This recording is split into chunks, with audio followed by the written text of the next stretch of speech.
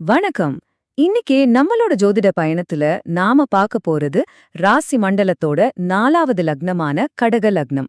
ஒரு தாய்மை கலந்த அரவணைப்பையும் சந்திரனோட குளிர்ச்சியையும் ஒரு சேர வச்சிருக்கிற இந்த லக்னத்தோட குணாதிசயங்கள் என்னென்ன, அவங்களோட வாழ்க்கையோட ரகசியங்கள் என்னென்னன்னு நாம சேர்ந்து அலசலாம் வாங்க. உங்க லக்னம் கடகமா?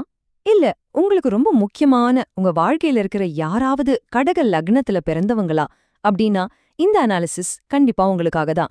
வாங்க இவங்கள பத்தி ஒரு முழுமையான புரிதலுக்குள்ள போகலாம்.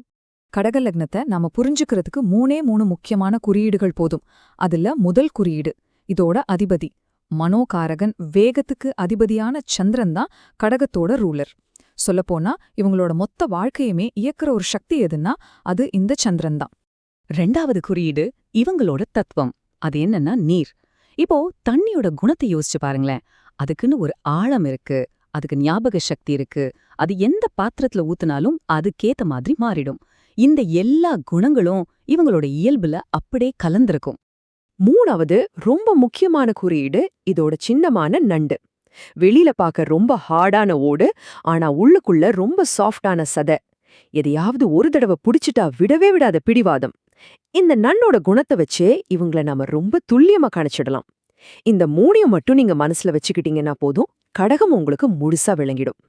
சரி, வாங்க முதல் பகுதிக்குள்ள போலாம். கடகம்னா என்ன? ஜோதிடப்படி அதோட அடிப்படை அமைப்பு என்னன்னு முதல்ல பார்க்கலாம். கடகம் ஒரு சரராசி, கூடவே நீர் தத்துவம் கொண்டது. சரராசினா என்ன?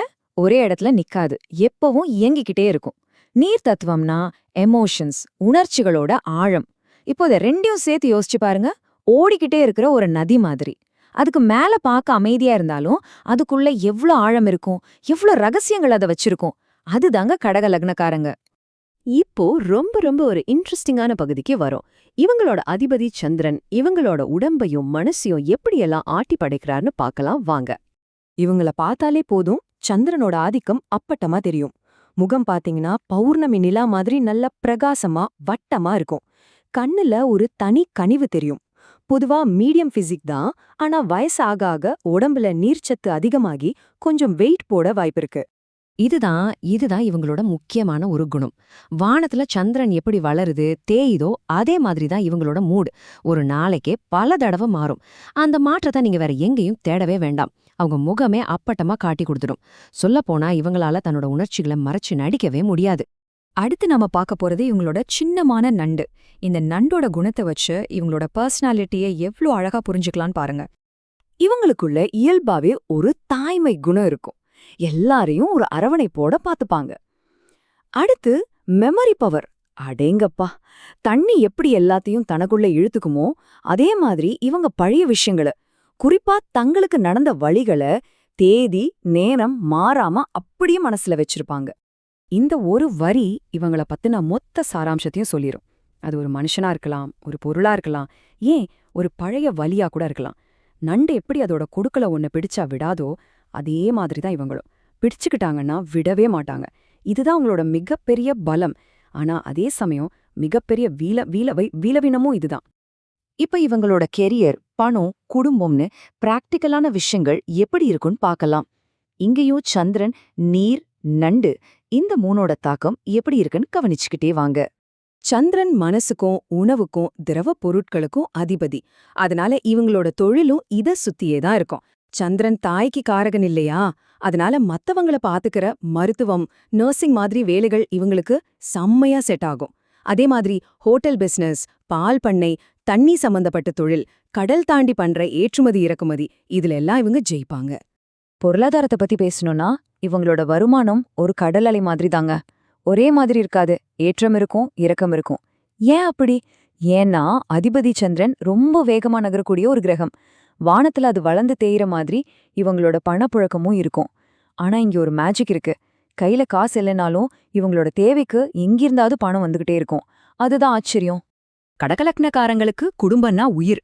நண்டு எப்படி தன் ஓட்டுக்குள்ள பத்திரமா இருக்குமோ அதே மாதிரி இவங்க குடும்பத்தை ஒரு பாதுகாப்பு கவசமா நினைப்பாங்க. குறிப்பா சந்திரன் தாய குறிக்கிறதால அம்மா கூட இவங்களுக்கு இருக்கிற பாசம் ரொம்பவே ஸ்பெஷல். சரி, லைஃப் பார்ட்னர் எப்படி இருப்பாங்க? இவங்களோட 7ஆம் வீடு மகரம், அது சனியோட வீடு. அதனால வர்ற பார்ட்னர் ரொம்ப ஸ்ட்ரிக்டா டிசிப்ளினா இருப்பாங்க. ஒருத்தர் உணர்ச்சி வசப்பட்டா இன்னொருத்தர் கடமன்னு நிப்பாங்க. இது ஒரு இன்ட்ரெஸ்டிங்கான காம்பினேஷன் இல்லையா? சரி, இவங்களோட இந்த வாழ்க்கை பயணத்துல எந்த கிரகங்கள் நண்பனா இருந்து கை கொடுக்கும், எந்த கிரகங்கள் கொஞ்சம் சவாலா இருக்கும், இதை தெரிஞ்சுக்கிறது ரொம்ப முக்கியம். இந்த டேபிளை கொஞ்சம் பாருங்க. இவங்களோட டீம் கேப்டன் லக்னாதிபதி சந்திரன். அவரோட பலம் தான் இவங்களோட ஹெல்த்தையும் மன அமைதியும் முடிவு பண்ணும். இவங்க டீமோட சூப்பர் ஸ்டார் யாருன்னு கேட்டா அது செவ்வாய் தான். ஏன்னா அவர் 5-10ஆம் வீட்டுக்கு அதிபதி. அதனால ஒரு ராஜயோகத்தை கொடுத்து பவர், ஸ்டேட்டஸ், புத்திசாலித்தனம் எல்லாத்தையும் அள்ளி கொடுப்பார். குருவும் ஒரு நல்ல பிளானட். அவர் பாக்யாதிபதி. அதனால நல்ல சிந்தனை, ஆன்மீக நாட்டம் இதெல்லாம் கொடுப்பார். ஆனா புதன், அவர் 3-12க்கு அதிபதிங்கிறதால அவரால பெருசா நன்மை இருக்காது. கொஞ்சம் சுமாரான அல்லது நெகட்டிவ் பலன்கள் தான் கிடைக்கும். இப்போ நாம கடைசி பகுதிக்கு வந்துட்டோம். கடக லக்னக்காரங்க பொதுவா சந்திக்கிற சவால்கள் என்னென்ன, அதையெல்லாம் தாண்டி எப்படி ஒரு பேலன்ஸ்டான வாழ்க்கைய வாழலான்னு பார்க்கலாம்.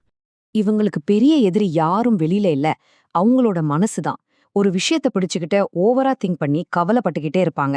யாராவது சின்னதா ஏதாவது சொல்லிட்டா கூட மனசு ரொம்ப ஆழமா காயப்பட்டுடும். நண்டு எப்படி தன்னோட பழைய ஓட்ட தூக்கிட்டாலேதோ அதே மாதிரி இவங்க பழைய கசப்பான நினைவுகளை தூக்கிட்டே இருப்பாங்க. அதுல இருந்து வெளியே வர்றது ரொம்ப கஷ்டம். இங்க ஒரு அழகான முரண்பாடு இருக்கு பாருங்க.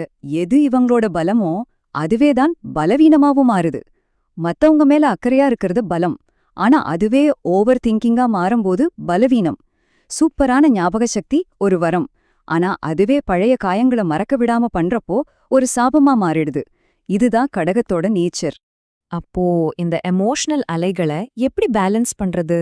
முக்கிய பிரச்சனை மனக்குழப்பமும் சென்சிட்டிவிட்டியும் தான். இதுக்கு ஒரே வழி சந்திரனோட எனர்ஜியை பாசிட்டிவா மாத்தணும். அதுக்கு திங்கள்கிழமை அன்னைக்கே சந்திரனை தலையில வச்சிருக்கிற நம்ம சிவபெருமானையோ இல்ல பார்வதி தேவியையோ மனசார வழிபட்டா மனசுக்கு ஒரு ஸ்திரத்தன்மையும் தெளிவும் கிடைக்கும். அதனால கடக லக்னம்னா வெறும் இமோஷன்ஸ் மட்டும் இல்ல, அதுக்குள்ள ஒரு ஆழமான அன்பு இருக்கு, ஒரு தாய்மை இருக்கு, எதையும் தாங்குற சக்தி இருக்கு. உங்களுடைய அந்த உணர்ச்சி ஆழத்தை ஒரு பலவீனமா பார்க்காதீங்க. அதுதான் உங்களுடைய மிகப்பெரிய பவர். அந்த சக்திய நீங்க எப்படி இந்த உலகத்துக்கு நல்லது செய்ய பயன்படுத்த போறீங்க அப்படிங்கிறது தான் இப்போ உங்க முன்னாடி இருக்கிற கேள்வி.